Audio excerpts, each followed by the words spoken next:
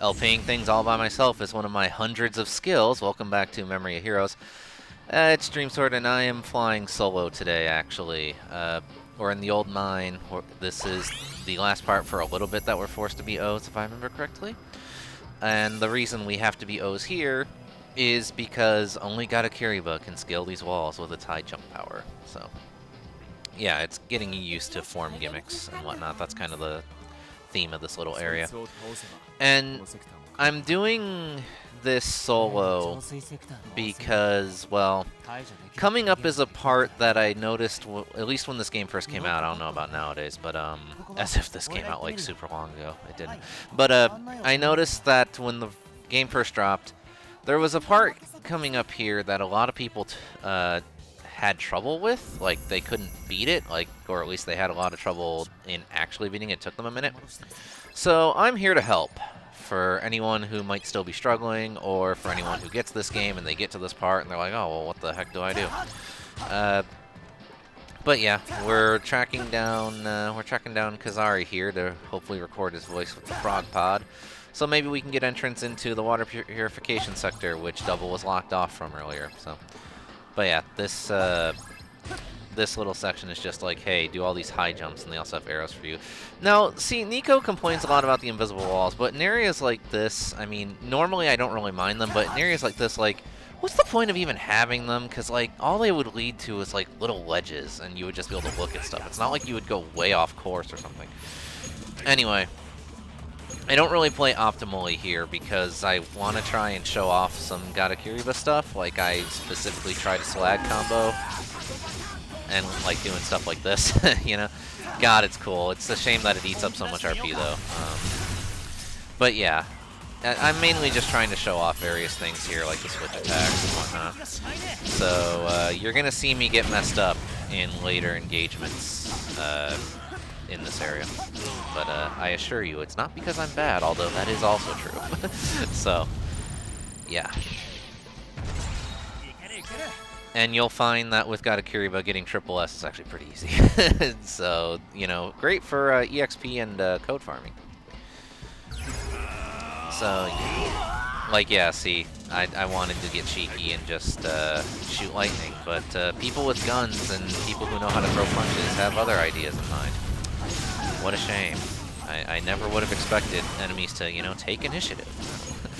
But yeah, this part, if you're not too fond of the more technical side of LPing, like people talking purely about gameplay and stuff like that, this part might not be for you, although I still encourage you to stick around, because there is some stuff I can talk about outside of that. By the way, thanks to Dai for reminding me that these guys are called Masquerade Dopants. I had totally forgotten. You know, it's been like 2 or 3 years since I've seen doubles. And I gotta react to that. Also, someone else pointed out to me, a couple episodes back, I expressed some confusion about the name Daigle. I had completely forgotten that that is the name of the front company for the museum in Double as well. So yeah, thanks to the guy who pointed that out to me. You know who you are. So yeah. And our new accelerator is here. It is Armor Breaker. This one is actually not bad, because there's very few accelerators that give you bonus to armor break, and that is actually a nice thing, because breaking armor means you can do a lot of damage. So I could see someone actually equipping this one. However, we will not, because our pre-order bonus ones are way better, so we're just going to stick with those. So yeah, we're running low on health here, but don't worry. I can handle this. I'm a big boy. So, yeah. Oh, hey, a ladder. We could just high jump, but, you know, let's take it up instead. What a thrill. Okay, I'm not about to sing, and you all know the joke I was going for. Snake Eater song, long ladder. Yeah, it's been done a million times. We know, right? So, yeah. But yeah, this is a long ladder. I guess if for the people who are adamant about not using Katakiriba, I don't know. So, that said, though, we'll get this heal box, and then we're going to go back down real quick, because I realized that I had actually forgotten to show off and grab something, so we're going to do that. So, just around this corner here, you might be able to see it already, is a pile of SD cards. Forgot to pick those up, so yeah.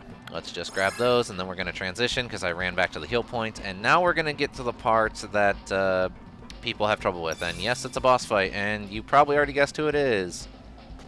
Yeah, Kazari. Kazari is the part of the game where they really want you, like, they're really putting you to the test. This is your wake-up call boss. He does a lot of really annoying gimmicks, true to Kazari, that have really shown his boss fight. And I'm going to go over all of them as best I can for you guys. So, yeah. Here we go. Now, I will admit, I am not some perfect gamer by any means. I didn't just run into this fight and be like, oh, I destroyed him. What do you guys think? Like, no. Maybe for normal mode, he wasn't that bad. For extreme mode, he's a whole different beast. So here's his tornado move. Now, what I found is it's actually better to run in the direction that the tornado is moving, although it can still be annoying and hit you. Now, the worst attack is this one, the missiles. There are two different ways to dodge it. You can either back off and do a long circular run like I just did there. I found that to be the most effective one, although it doesn't mean you get to counterattack all that great. Or alternatively, I found that if you run right at him and you jump over him and land behind him, you can avoid most of the missiles. And what I mean by that is, you might have noticed it already, but these missiles can turn, and that includes going a complete 180 and circling right back around and hitting you in the back, and that is just cheap, if you ask me. Yeah, easily his worst move, and I don't like it. Next is the claw swipes. You can perfect dodge the third strike, and only the third strike, although I kind of messed it up there. And my best tip is, when you get an opening, do not forget that you can attack and switch at the same time. You're going to want to keep your combo going as long as you possibly can. When you're Katakiri, send in some clones to do some chip damage. Helps out a lot. And that's about all I can give for Phase 1, so we're just going to do our best to try and finish off Kazari here.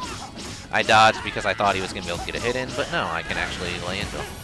So yeah, we're going to do that. And he gets his armor back. Whenever he flexes like that, back off, because he's just going to do his tornado around him move, which is get off me attack.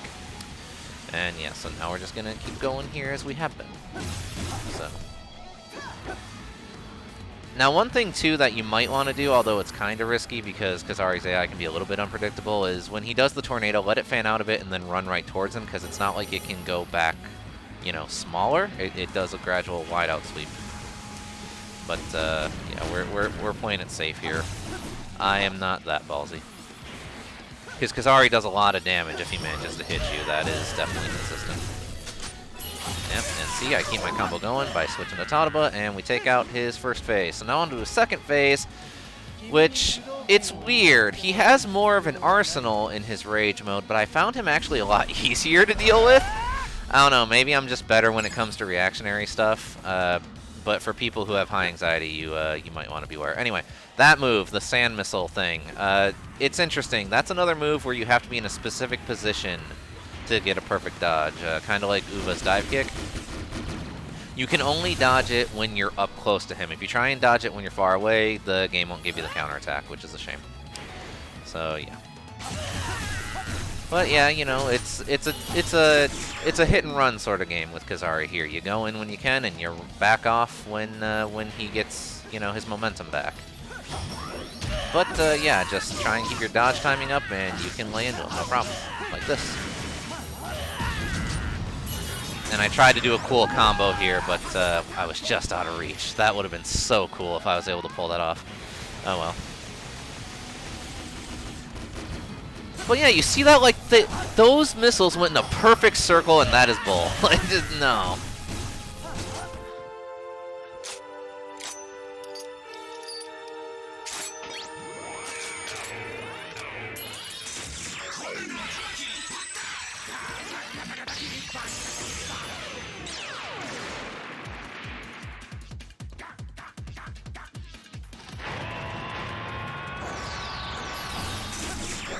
Yeah, I like to indulge a bit, I'm sure you've all noticed.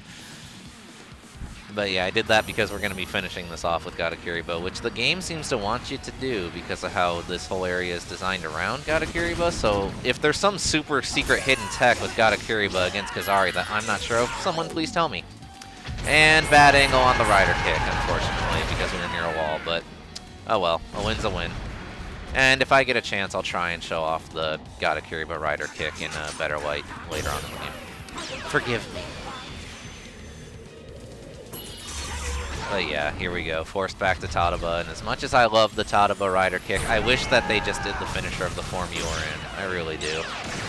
Oh well, though. So yeah, with that, Kazari goes down. He's not too terrible once you get used to him, but I can see how a lot of people would lose patience in fighting him. Kind of like the real Kazari, right? And now Oz is at level cap. Good job, Oz. You really did it. That said, this is a no upgrade run, so we're not upgrading anything. And yeah, as you might be sensing a pattern here, we get core medals with every greed we beat. Good stuff.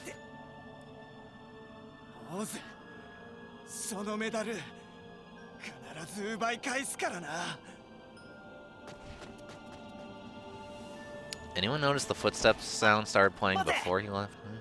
No, just me.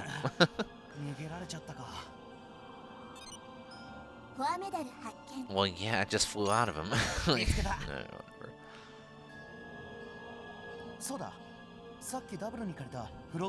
Oh yeah, I forgot to turn the frog pot on. Darn! But no, we got it. It's fine. And thus explaining how our villains are able to move around freely, but we can't. Big Bad kind of hooked them up. So, good stuff. Alright, so now we get our next form, and that is La Tarata. And now, it's probably, of Oz's forms, probably the lowest on the tier list. But it's not worthless. It just doesn't have as much going for it as the other forms do, which is weird because it was consistently one of the best showers in the show. But I guess in terms of game, it didn't turn out too well. So, we're forced to play as it here, which is fine. I'll do my best to show off all it can do, but yeah, again, that said, being the lowest tier, it's not like it's a horrible thing to play as, although it definitely takes some getting used to. So what's it all about? It has swift moves and fast movement. And it also has Solar Flare, which shreds armor. That's really awesome. I know it's not actually called Solar Flare, but that's what I call it. Also, his heavy attack teleports him, which is actually a pretty useful utility tool. So, yeah.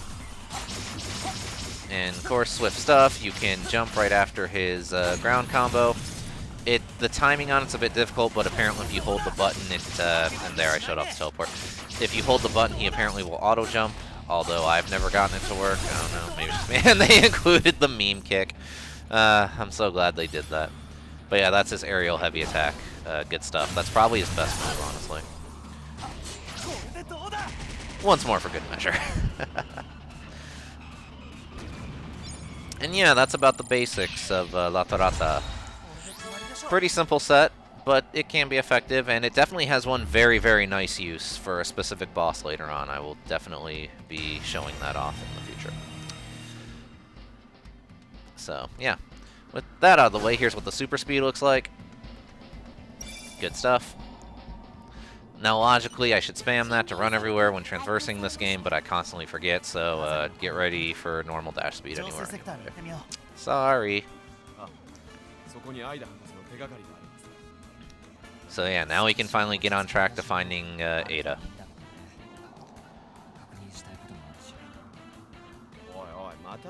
And yeah, Philip's like, I want to take a break, dude. Which, you know, it makes me wonder, in the transitions of which we walk back, do they actually are like, oh man, I'm kind of winded, let's rest for like 10 minutes, you know? I mean, logically, right? Can't be active all day, every day. But yeah, Philip is the only one doing actual investigative work on this detective mission, man. Anyway, that's about it for this level, I think. Hold on, maybe I'm wrong. I think there's like one little bit after this, if I remember right. Oh, yeah. Okay, so, sorry about that. Anyway, we're here at the gate again. Now, see, nothing. There's weirdly an invisible wall on the pathway back, and we can switch back to Joker, so we're gonna do that for the last bit of this video, because, you know, it might be our last chance for a little while. You never know with these things. Plus, too, even so, he's almost leveled, so we might as well get that level, right? So, also, yeah, you can dodge the bullets, apparently. I don't know the timing on that, because they give you so much of a window to just, you know, move slightly to the left that it's like, why bother? Whatever. And one more dopant with a gun left. Let's just take care of him. Nice and fast. And there we go.